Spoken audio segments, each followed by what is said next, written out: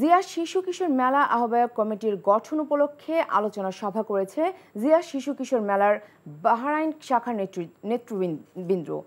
এনটিভির প্রতিনিধি সৈয়দ মামুন হোসেন জানান, বাহরাইনের রাজধানী মানামায় স্থানীয় একটি হোটেলে আলোচনা সভায় সভাপতিত্ব করেন জাহাঙ্গীর আলম।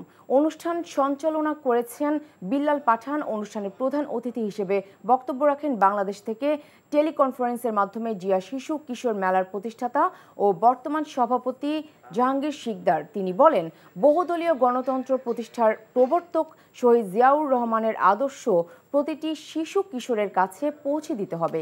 অতিথি হিসেবে উপস্থিত ছিলেন হালিম বাসরাত, জাহাঙ্গীর আলম, মোজাম্মেল হাফিজ উল্লাহ পাটোয়ারি, শফিক আহমেদ, ইলিয়াস, মাহবুব মোয়াজ্জেম হোসেন, সাজ্জাদুর রহমান, আবুল মিয়া, মতি মিয়া, আজিজুর মিয়া, রহিম তালুকদার, শাহপরা সুজন, সবুজ, সোহেল মিয়া, রবিন, শফিকুল ইসলাম।